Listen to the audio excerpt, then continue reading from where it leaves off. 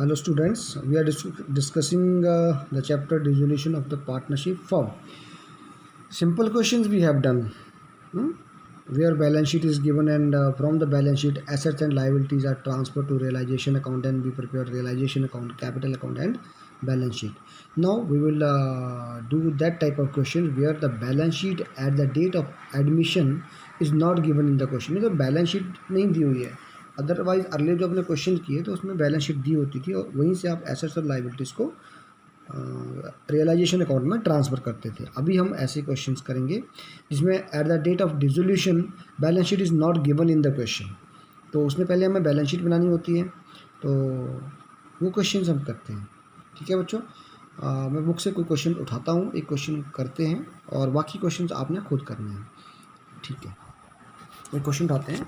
ये page number 5.100 पे है, मेरी बुक में 17 है, तो अगर आपकी नई बुक भी होगी तो लगभग एक जैसी ही होगी, आगे पीछे थोड़ा सा देख लीजिएगा।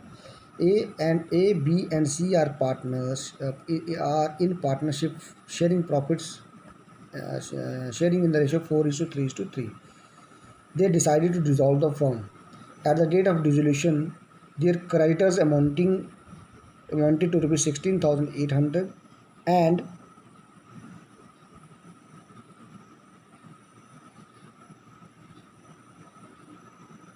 in the course of dissolution, a contingent liability 3,500 not brought to the accounts matured and had to be met. Their capital stood at 12,000, 10,000, 8,000 respectively.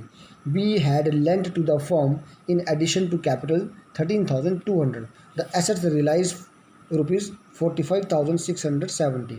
Prepare a realization account, partners capital account and also the bank account. देखो बच्चों, अब realisation account हम तब तक नहीं बना सकते जब तक हमारे पास बैलेंस शीट नहीं है। इस क्वेश्चन से पहले हमने बैलेंस शीट बनानी है। क्या बनानी है? Balance sheet. तो बैलेंस शीट में कुछ एसेट्स हमें दिए हैं, कुछ लाइबिलिटीज़ हमें दी हैं, उनको हम भर लेते हैं। ठीक है, यहाँ एक चीज़ देखा जाए तो कुछ लाइबिलिटीज़ हमें दी हुई हैं, हम यहाँ एक बैलेंस शीट बनाएंगे, memorandum balance sheet which is called okay. जो एसेट्स और लाइबिलिटीज़ की फिगर दी है वो हम भरते हैं। इसको सबसे पहले लिखा है at the date of dissolution the creditors amounting to rupees 16,800। तो क्रेडिटर्स कहाँ आते हैं बच्चों? लाइबिलिटीज़ में हम लिख देते हैं क्रेडिटर्स 16,800। ओके, उसके बाद लिखा है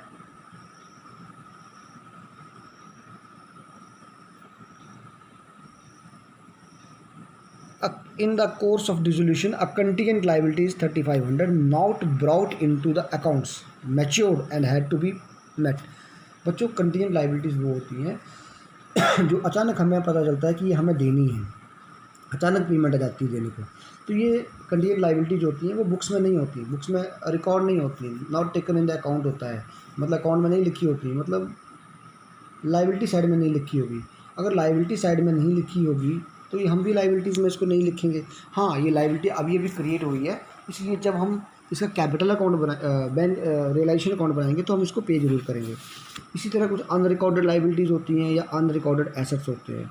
जो अनरिकॉर्डेड लाइबिलिटीज़ होती हैं या अनरिकॉर्डेड एसेट्स होते हैं उसको हम क्या करते हैं कि वो हम बैलेंस शीट में नहीं होते हैं। वो अगर अनरिकॉर्डेड लाइबिलिटी है तो बैलेंस शीट की लाइबिलिटी साइड में नहीं लिखी होगी, लेकिन उसको पे जरूर करेंगे रियलाइजेशन अकाउंट के डेबिट साइड में टू बैंक करके। अनरिकॉर्डेड एसेट्स ऐसे होते हैं जो लाइबिलिटी एसेट बैलेंस शीट के एसेट साइड में नहीं लिखे हैं, वो एसेट में नहीं लिखे हैं तो वो एसेट में ट्रांसफ़र भी नहीं होंगे क्रेडिट साइड में, लेकिन वो बिकेंगे जरूर। अगर उसको बेच के कुछ पैसा मिल रहा है तो हम बाई बैंक करके जरूर लिखेंगे, या पार्टनर ने लिया है तो बाई पार्टनर्स कैपिटल जरूर लिखेंगे। तो ये है अनरिकॉर्डेड एसेट्स एंड लाइबिलिटीज़। अब इसका अगर आगे पढ़ें तो कह रहा है कि कैपिटल्स दी हुई हैं, है ना, 12,000, 10,000 एंड 800 ABC हैं, तो कैपिटल्स डाल दीजिए। कैपिटल्स ABC 12,000, 10,000 एंड 8,000, टोटल हो गया 30,000। ओके, उसके बाद लास्ट कह रहा है एक चीज़ कह रहा है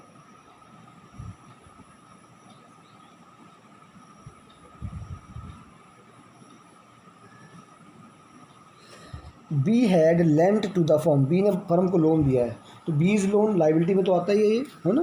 बीज लोन 13,200। अब वो क्वेश्चन में पढ़े तो एसेट दिए हैं क्या हमें, ये लिखो लास्ट में लिखा है द एसेट रियलाइज्ड 45,670 लिखा। ये एसेट रियलाइज़ हुए हैं बच्चों। रियलाइज़ का मतलब कि ये बिके हैं। एसेट लिखना अलग चीज़ है, रियलाइज़ होना अलग चीज़ है। मतलब ये रियलाइज़ कहाँ होते हैं जाके, रियलाइजेशन अकाउंट में।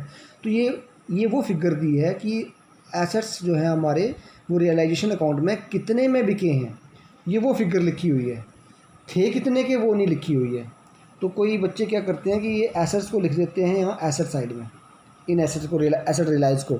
ये वो नहीं है, रियलाइज़ का मतलब बिके कितने में है। ये रियलाइजेशन अकाउंट में जाएगा, मतलब जितने में बिके हैं बाई बैंक करके हम रियलाइजेशन अकाउंट की क्रेडिट साइड में लिखते हैं ना, एसेट कितने में बिके, ये वो फिगर है। ठीक है, यहाँ एसेट आपको नहीं दिए हुए हैं, तो हमारे पास एक तरीका है। वो तरीका ये है कि हम इसको टोटल कर दें। ये 60,000 बन गया, इस साइड कुछ भी नहीं है, लेकिन टोटल तो बैलेंस शीट है इसलिए टोटल इसका भी 60 ही होगा। तो हम करते हैं कि ये जो फिगर है ये बैलेंसिंग फिगर एसेट्स ही होगा। हम डाल देते हैं यहाँ पर सन्ड्री एसेट्स, कितने 60,000, तभी तो 60 बना होगा। तो आइडिया से हमने ये मान लिया कि ये 60,000 एसेट्स हैं हमारे। अब ये 60 बिके कितने में, जहाँ रियलाइज लिखा है 45,670, इतने में बिके हैं ये। अब हमारा रियलाइजेशन अकाउंट बड़े आराम से बन जाएगा।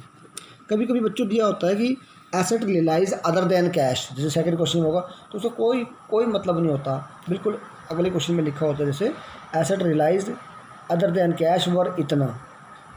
तो आपने कोई टेंशन नहीं लेनी है, कैश को कहाँ लिखते हैं आपको पता है, बैंक को कहाँ लिखते हैं। अगर कैश का बैलेंस दिया होता है तो वो भी हम यहाँ एसेट में लिखते हैं। अब बताते हैं हम इसका realisation account.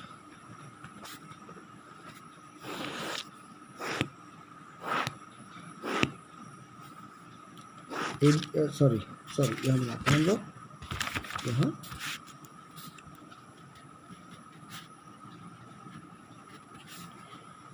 Realisation account. Realisation account हम बनाएंगे, कैपिटल अकाउंट तो आप खुद भी बना सकते हैं, है ना। तो यहाँ से हम एसेट्स और लाइबिलिटीज़ ये हैं हमारे पास, यहाँ से ट्रांसफ़र करेंगे। एसेट्स को करेंगे यहाँ डेबिट में, 2 एसेट्स, ये कितने 60,000 निकाले हमने।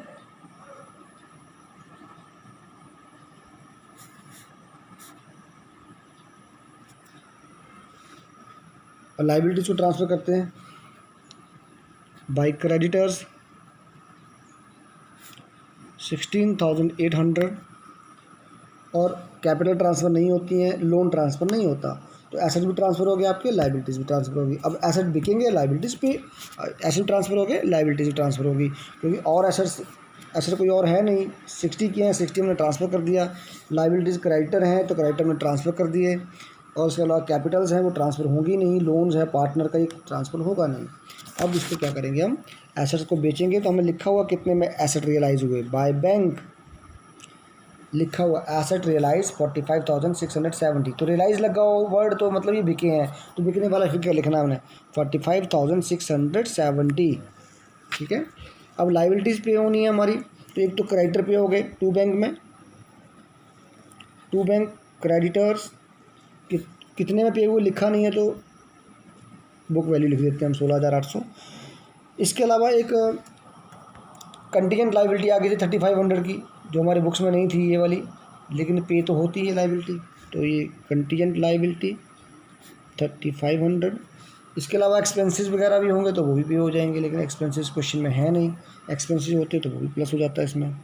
तो ये 20,300।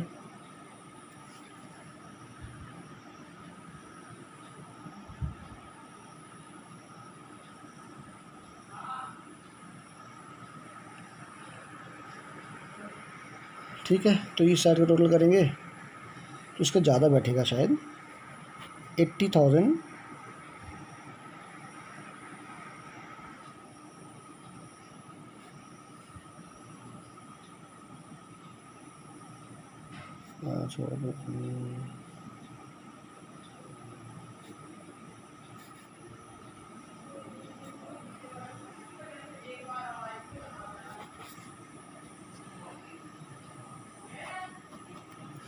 अब देखो कितना डिफरेंस है ये,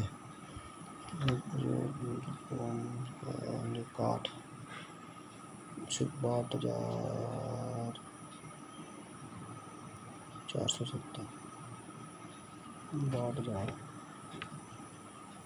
62,000।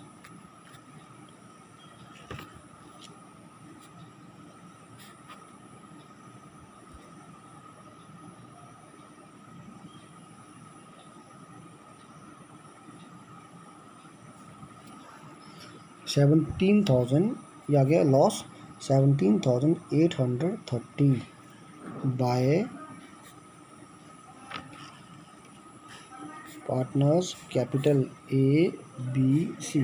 प्रॉफिट शेयरिंग रेशियो है 4:3:3, तो इसको 17,803 को 4:3:3 में बांट देंगे और ये आपका रियलाइजेशन अकाउंट बन जाएगा। बाकी कैपिटल अकाउंट बिल्कुल वैसे ही बनाना है जैसे आप पहले बनाते हैं। कैपिटल अकाउंट्स 3 पार्टनर हैं ABC। ये क्वेश्चन ज़्यादा आसान है बल्कि, है ना, ABC ऐसे। सबसे पहले बाय बैलेंस ब्रॉडन लिखेंगे आप, फिर अगर एक्यूमुलेटेड प्रॉफिट्स हैं तो वो यहाँ है नहीं, एक्यूमुलेटेड लॉसेज हैं तो वो लिखने हैं। उसके बाद आपने इनको फाइनल पेमेंट्स कर देनी है, फिर आपने बैंक अकाउंट बनाना है और बैंक अकाउंट में ये जो पार्टनर का पैसा है बीज लोन है, ये बैंक अकाउंट की क्रेडिट साइड में पे हो जाएगा बाई बीज लोन। इस तरह से आप कुछ क्वेश्चंस करेंगे, 3-4 क्वेश्चन इस तरह के करेंगे, फिर हम करेंगे इसकी जर्नल एंट्री सीखेंगे और फिर चैप्टर हमारा खत्म हो जाएगा। ओके बच्चों, do a lot of practice. Good bye.